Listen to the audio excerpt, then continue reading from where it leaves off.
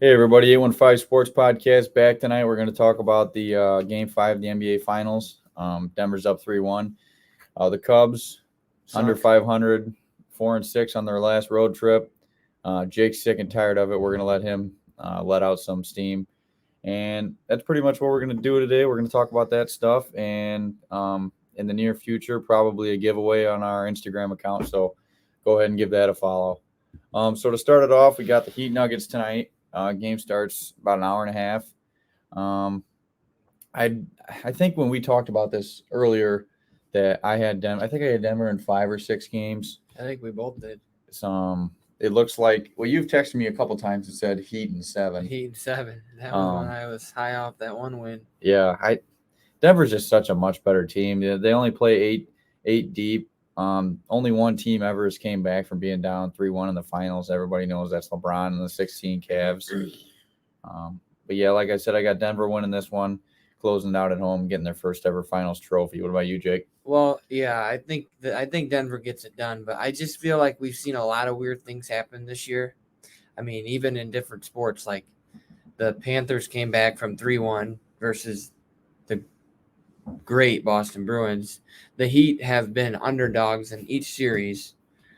I don't think that they win. I think they could shock some people tonight because obviously they're going to be playing with what? They're going to be playing balls to the wall. Yeah, they got They nothing to have no lose. choice. Yeah. So maybe shots fall and maybe they see a game 6 at home. But to me, it seems like the Heat play better on the road Yeah. because they lost. Didn't they win 3 games versus Boston in Boston and like they only won one at home? Yeah, they've won 7 road games this postseason, Yeah. and they're 2-0 in elimination games. So they seem to play good when their backs are against the wall, and they seem to play better on the road, which is weird, Hmm. but it is what it is, right? Yeah, and they're the only team this postseason to beat Denver at home.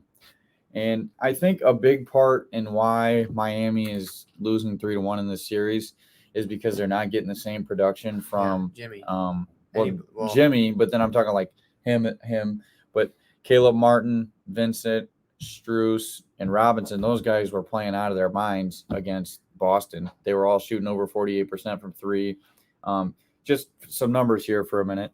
So in this series, see. Yeah, in this series, they're averaging Caleb Martin's averaging 6 points, Vincent's averaging 12, Struess is averaging 4, Robinson is averaging 8 points.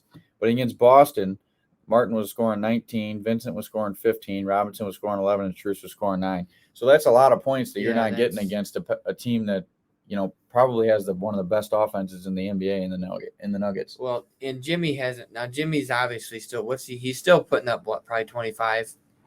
Um, Over the whole postseason, he's averaging 28 points per game, but on the road, he averages 25. Yeah. I, He's I averaging just, 21 in the I finals. just think in order for the Heat to win, like, you need to have Jimmy be like Michael, like MJ, like he can't miss. He has to get, like, he has to play literally flawless Mm-hmm. for the Heat to win.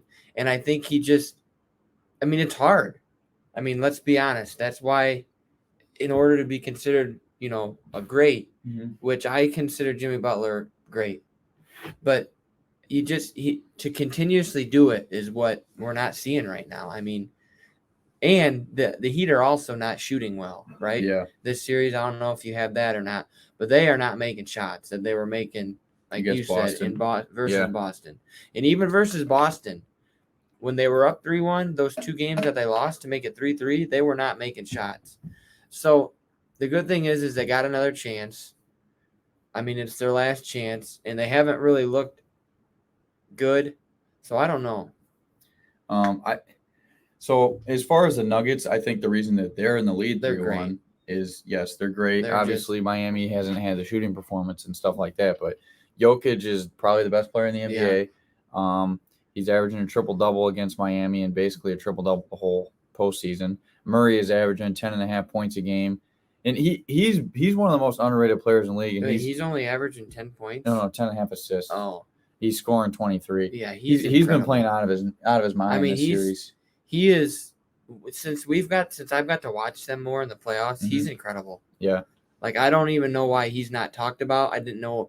I feel like Denver really wasn't talked about.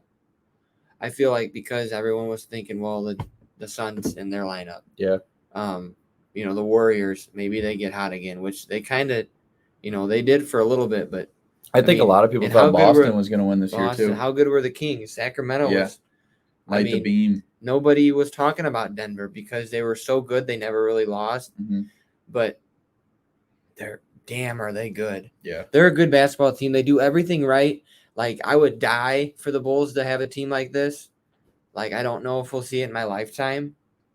That's how piss poor. And they built this managed. through the draft. Yeah.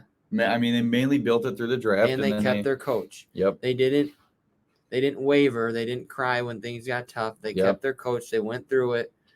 And here they are. They're gonna win. I mean, if they don't, if they don't win tonight, they'll probably win in Miami. Yeah, because it just seems like every time Miami's hyped up, like they're so hyped up, they're coming home. They're coming home to 305, white out. Crowd's going to be crazy, and the team doesn't show up. Yeah. They didn't show up in game 3 or 4, and there was games in Boston when that crowd was ready to just go crazy, and they never got the opportunity. So this team's got to figure it out. This team's got to get off to a good start and maintain it. They can do it. They've done it. They won game 2, right? I think they were like 11-point underdogs when they won game 2. Yeah, and Denver nearly won that game, and they, their coach was bitching at them about effort. Well, they did have a chance to tie it. I remember that. Miami kind of choked. Yeah, I think it was 111, 108 was the final. And then one other thing I want to touch on, obviously, Denver has really good role players, and like Aaron Gordon, Caldwell Pope, Christian Brown. Porter. Yeah, Porter Jr. The team's solid. Yeah. And they only play 8 guys, but I think Aaron Gordon's been probably the X factor in this series. I mean, he has been dominating down low. He's averaging 17 and 8, and he's, being one of the better defenders on Denver as well. So what do you think for like the future? Like, is Denver showing you the recipe that you don't have to play 11 or 12 players? I mean, are you seeing what? And another thing, are the players realizing that, okay, maybe we need to stop being soft and look at how Denver's players are doing it. Yeah. 8 players the whole season? Well, maybe not the whole season, but it's the playoffs. Been 8. Well, still, I mean, that's how many games is that? The playoffs? They probably play at least 20 some games. So like, I'm just saying, like, Denver's maybe showing you a recipe for the future if teams and coaches and organizations and management are, that's a model. They're a model to now look at. Yeah. I think. Barring injury, I honestly expect Denver to be back in this position next year. I mean, everybody, their main core is all under 28 years old. The Jokic might be 29. This could be the start of the next dynasty. Should I say it? That is. I mean, that's something. That's crazy to say because it takes a lot. But I could see Denver winning like 3 out of the next 8.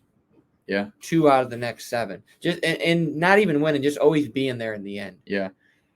With the new collective bargaining agreement and stuff in the NBA, it is going to be harder for teams to have more than 2 max contracts.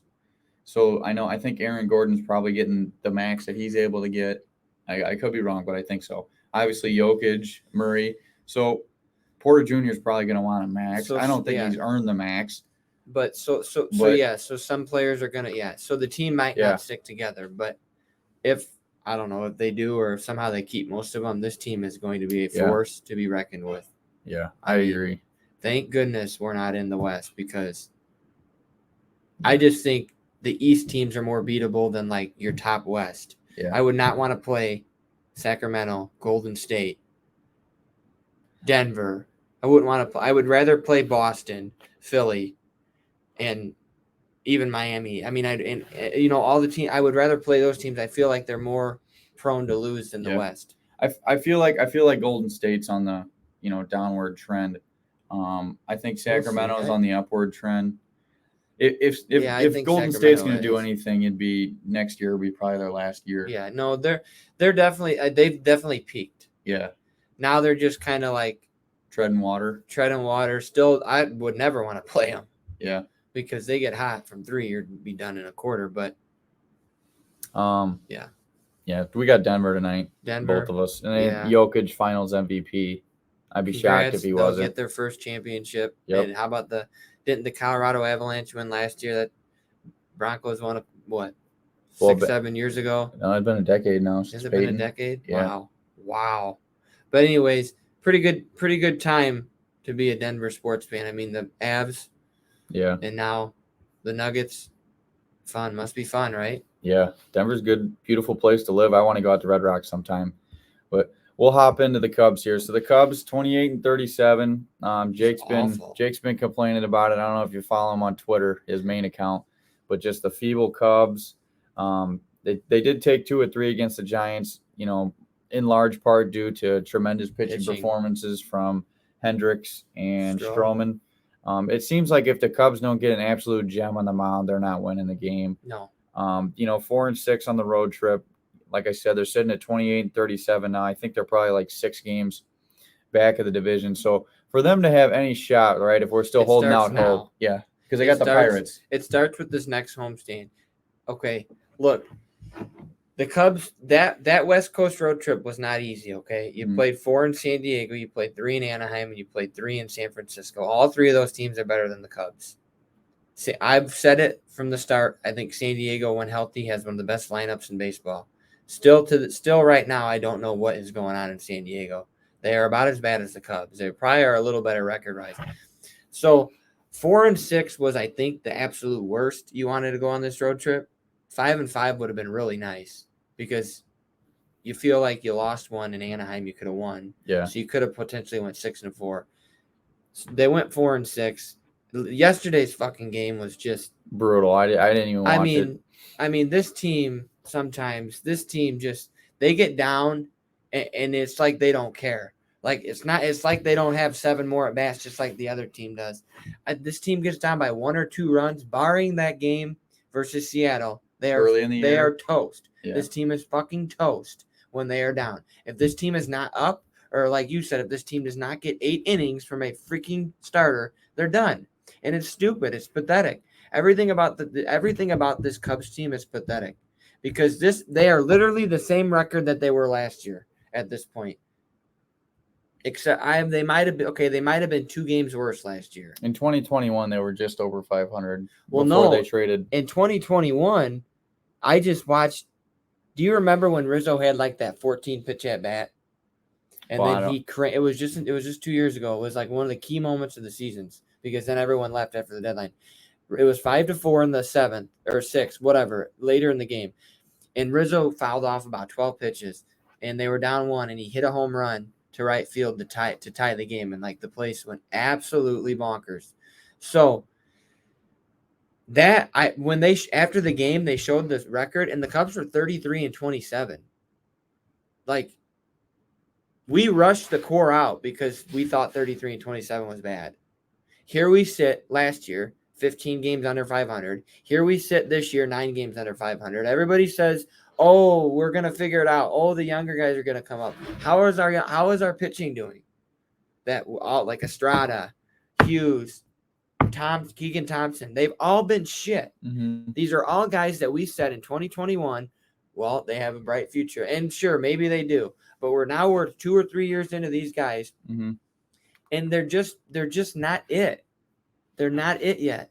And that's unfortunate. It's pathetic. It falls on Jed.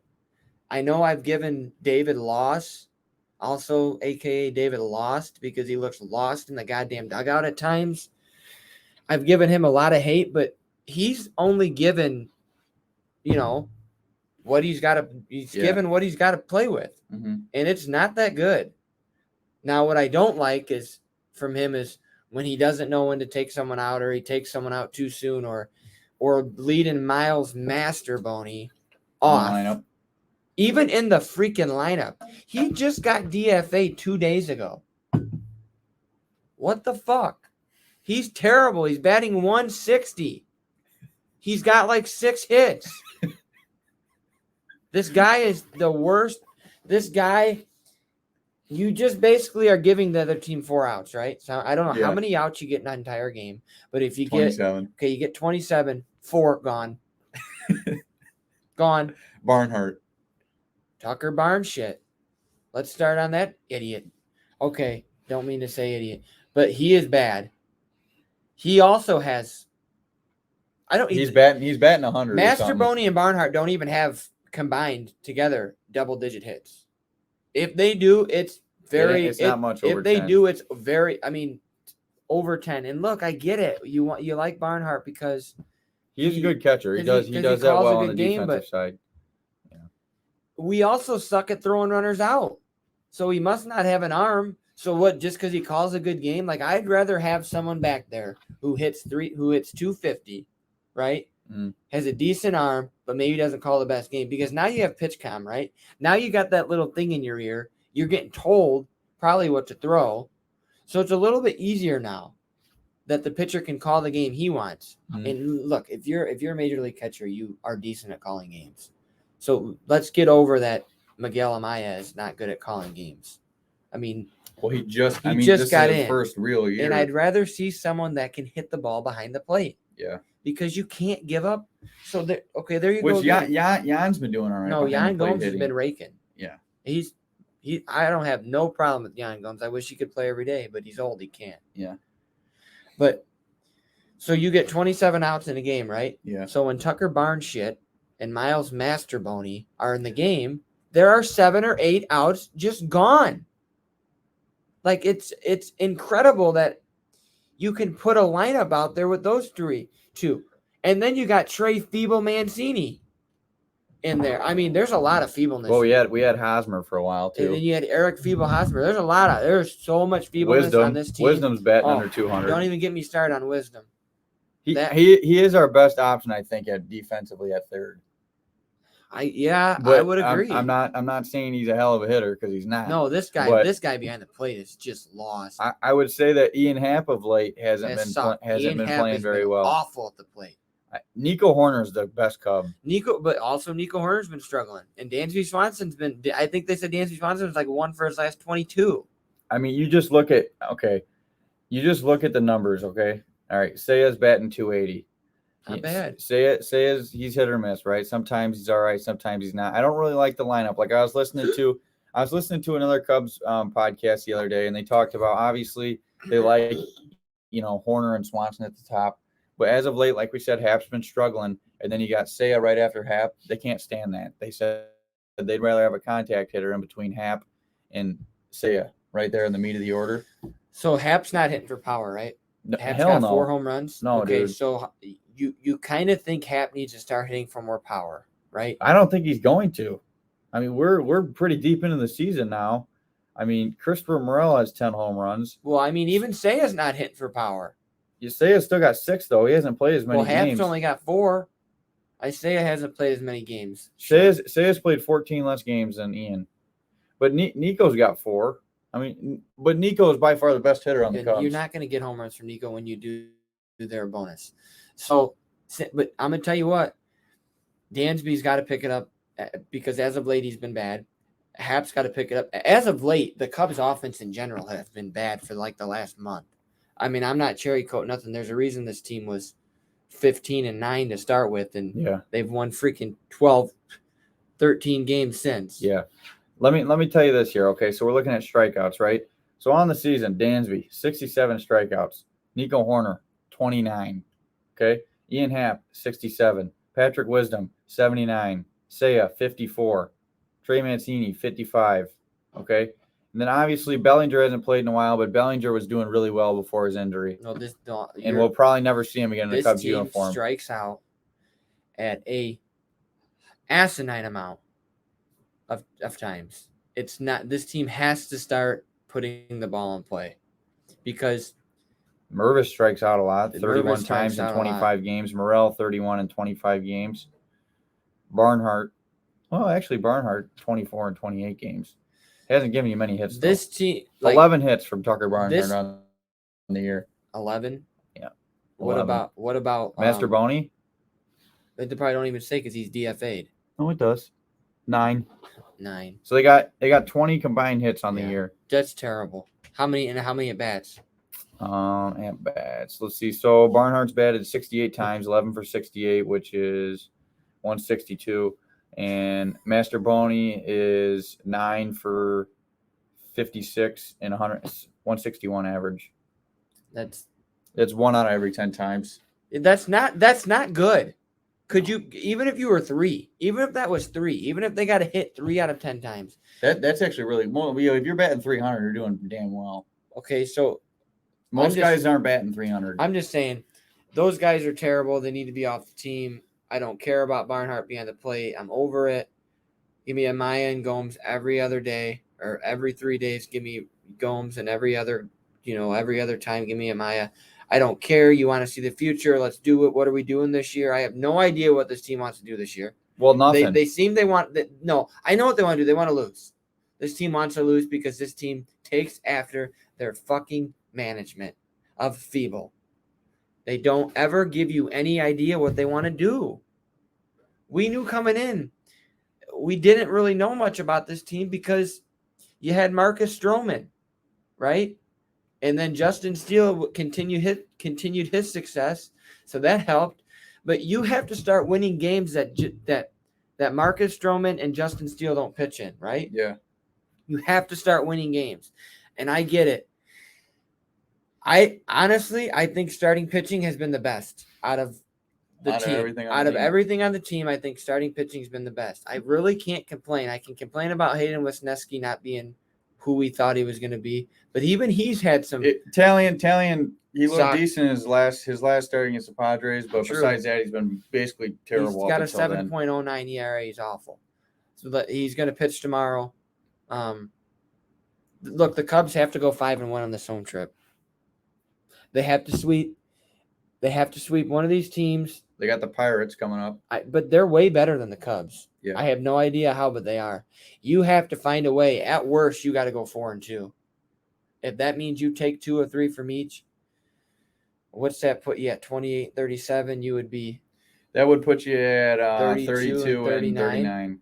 I mean, you gained 2 games. Yeah, that's not that's what you have to do though. Yeah.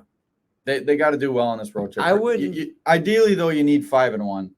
You need 5-1. 5-1. You get if they somehow go 6-0, they might draw me back in. Okay, while we're on this topic, though, I want to bring something else up here, okay? So obviously we know the Ricketts and everything. Obviously they're good at building a business, right? Because in my opinion, that's about all they've done with the Chicago Cubs since they won the World Series. I don't think they've invested that much back into the team besides building the DraftKings thing outside of Wrigley. They got the hotel there. They got it looks nice when you go up there. It does.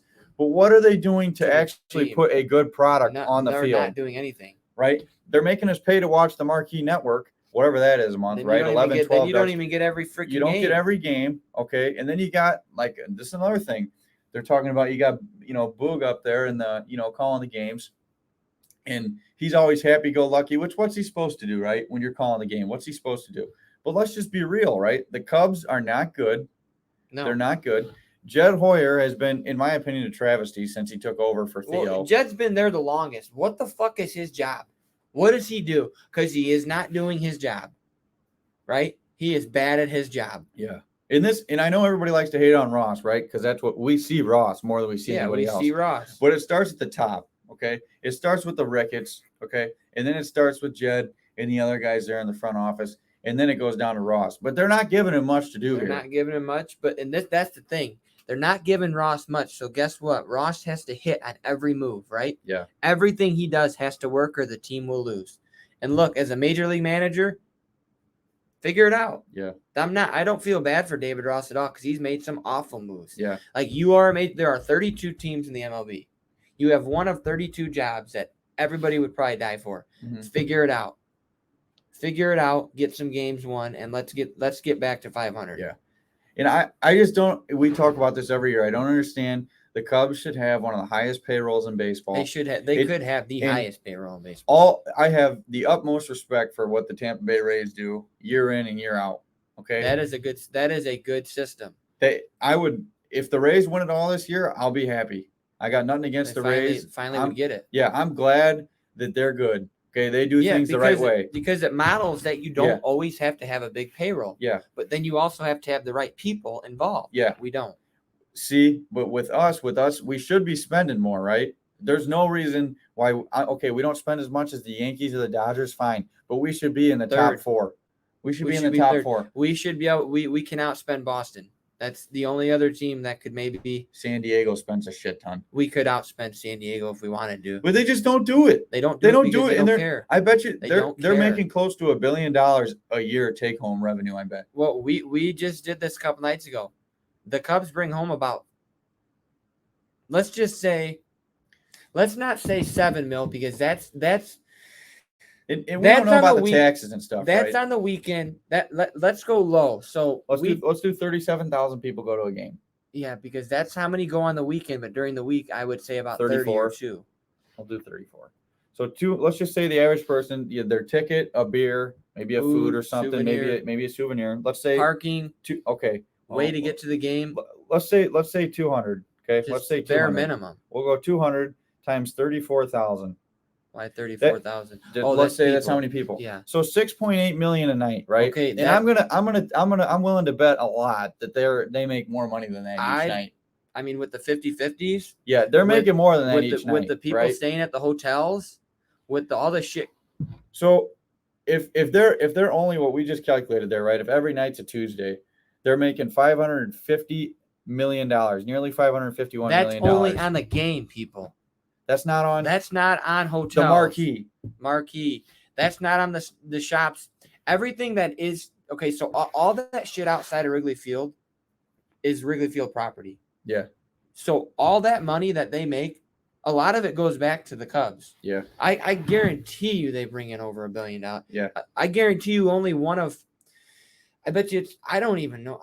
The Yankees probably do. The Yankees, the Dodgers. How about the Red Sox? Sure, maybe the Red Sox. I bet you there are 5 teams that bring in over $1 billion a year, and the Cubs are one of them, and have been for the last 15 years. And I think what just really doesn't make much sense to me is like they don't seem to care. Okay. But if you make the playoffs, this is from a financial thing, right? If you make the playoffs, you're going to make more money Oh anyways. my God. You're going to make more money anyways because the ticket prices are going to go up. You're going to charge more for parking, even though I'm not sure that the Cubs do the parking right because we always park at Murphy's or whatever, but I'm Yeah. sure they do. But you're going to make more off merchandise because then you're going to get to sell postseason shirts 2023. You know what Everything. I mean, hotel. People don't understand all the money that these guys make outside of Wrigley Field. I mean? Yeah. I'm telling you. And then not only that. Oh shit! What was I just gonna say? I'm so frustrated. But anyways, let's give the Ricketts a little bit of credit. They don't deserve any. They did save Wrigley Field because it was going to fall over and collapse. I mean, it was that bad. So they kept the federal landmark. They kept it for now we've got it for probably 50 to 75 more years. Probably our entire life. Yeah. We will have the federal landmark. Thank you, Ricketts, because I don't know if anybody else would have put the money into it like that. It would have been a travesty to see the Cubs leave Wrigley Field, not leave Chicago. But at some point, the Cubs have to start spending like a big market team. I get it. They signed Dansby. They signed Seiya. But you have to take a risk. You have to take a risk. Like the Yankees have, how many superstars do they have? You got Judge, Stanton. You got Garrett Cole. Yeah, they got Cole. I don't really think I don't know. DJ Lam. Well, LeMahieu did win MVP a couple years ago. I mean, he's kind of He was reminds a me of stud. Bellinger. Yeah, You he know, was really kinda good was a couple really years good. ago. They had Josh Donaldson. Yeah, I mean, but anyways, it's just the Cubs have to start taking. I mean, look at the Angels on Trout and Ohtani. You might need 2 superstars, and look, you may not win. Yeah, because they haven't. You may not win. Trout's You may never not won a make the playoff game. playoffs. But it's exciting, and The Cubs I should don't know. come in next year and offer Ohtani 12 for $600. I would offer Ohtani whatever he wants. I mean, if you have to make, if you said 600 million, I said 12 years, 600 million. That's about 50 million a year. I mean, I'm all for it. I mean, we just obviously told you how much money this organization makes. Yeah. It's a shot in the face to fans that we watch this so much. And I will say, when the Cubs are good, they're normally historically good. Like if you go back to 03, they were like 20 games over 500 when they made it. 07 and 08, they had the best record in baseball in back-to-back years. 15, they won 90-plus games. 16, how many games did they win in 16? Over 100. Over 100. 17, they won over 90 games. 18, they won very, very close to 90 games. Then in 19, I think in 19, they were like they were probably 75 or 80. They were close. They were probably above 78. And then in 20, they could have made the playoffs. And then in 20, so when the Cubs are good, it seems like when the Cubs are good, they hit it. Yeah. Like they're good. But when they're fucking bad, oh my God, they're bad. They're unwatchable. This team is almost becoming unwatchable. They fall behind and they have no heart. They have no fire. They have no power. They get down and they just crumble. Mm-hmm. You would like to see a little bit more emotion. There's no emotion. And them not wanting to talk to Marcus Stroman is a joke. Yeah. At some point, you're like, what does that give to other players who want to come in? Nothing. That's like, why would I want to play for them? Why would I want? We're lucky Dansby signed with us because he even said, like, I don't care if we win right away. Like, I didn't come here to, like, I didn't sign here to, like, win the World Series the next year. Like, he was asked, like, hey, how are you with the way the Cubs are moving? In what direction? He goes, I'm basically just here to play baseball. Basically was his answer. Like, yeah, he wants to win, but. So while you're talking about Dansby, obviously Dom, most Cub fans know who Dom is. Did you see the video of him though? That he posted a video. I don't know. It looked like Dansby was, not in the dugout, but like back where the dressing rooms or whatever, getting ready for the game, maybe after the game, and he was complaining. He goes, "I didn't sign up for this." Oh, see, I didn't. You never saw that video? I missed that. When? Oh, you know what? I think I seen like a picture of it. Yeah, I watched the video, and he was chirping at somebody about because they've been on this skid, and he was chirping at somebody. Well, I'm just gonna tell you, Dansby, your 2 for 24 isn't helping none. I mean, you're making the most money on the goddamn team, but I don't know. Look, emotions run high when you lose. I'm sure he didn't mean anything by it. He's not going anywhere, so he better figure it out. Yeah. He's a great shortstop. His bat could be better. We knew that. He got off to such a hot start, but just 28-37 is it's not good enough. It's just so sickening when you started out 14-9 that you're 28-37. I mean, this team can't even. If you go 500 since then, and if you look at who the Cubs, if you look at their record, they beat good teams. Yeah, their record versus the good teams are good. They can't fucking beat the bad teams. I don't get it. Yeah, I don't know. It's just like the Brewers just got swept by the Oakland A's. You try figuring that out. And the NL Central is by far the worst division in baseball. It's the AL. Okay, well then it's pretty bad. The Brewers are 4 games over 500. The Pirates are only 4 games over. The Minnesota Twins are 500 and they're in first at 32-32. The White Sox are 10 games under 500 and they are 4 games out of first place. The AL Central is a joke. The NL Central is bad. Yeah, but at least we have teams over 500. And look, I still don't think the Cubs are out of it. I mean, I might sit there and tell you on Twitter, yeah, they're not going to win another game and they're out of it. And they're sure they probably are out of it. But when you're 5 games out with 100 to go, right? How many games? Whatever. Probably over 100. I mean, there's still time, but this team's got to start hitting. Over the next 20 games, you probably got to go 14-6. Yeah, you can't go 500. I was gonna say 10-10 would be fine, but that just keeps you right here. That just keeps you right. You got to go 14-6. We'll see what happens. I don't really have much more to speak on it. We'll watch the game tonight, and hopefully something good comes out of this next homestand. Yeah, but the Cubs are off tonight. Tomorrow night they start versus Pittsburgh. It's tomorrow. Okay, so that's all I got. Jake, anything else? I just want to say, Illinois football moved up 30 spots nationally with their recruiting class in one day.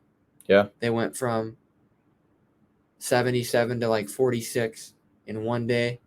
I mean, that's a major improvement. Brett Belima, we just met him about 2 weeks ago. Good guy. He is turning, this program around, and you've seen it last year. So, and we'll get more into the college shit. Probably In August. July, end of July, August. Yeah. We'll kind of fade from baseball. Unless the Cubs are good, we will not fade from baseball. Yeah. At all. If they somehow turn this around. Yeah. But if they are just feeble like they are now, we'll head into football. College, even like not college basketball, maybe a little bit later because that is a little bit farther That'd away. probably be like October. But college football and NFL, we will start getting into. Where's Dalvin Cook gonna land? Probably Miami. I don't think the Dolphins have enough money. Miami would be your best bet, but I don't know how the Dolphins figure that out. But anyways, that's all I got. I just want to mention that about Illinois. Yeah. Well, everybody have a good rest of your week. Maybe we'll get another video here this week. We'll see.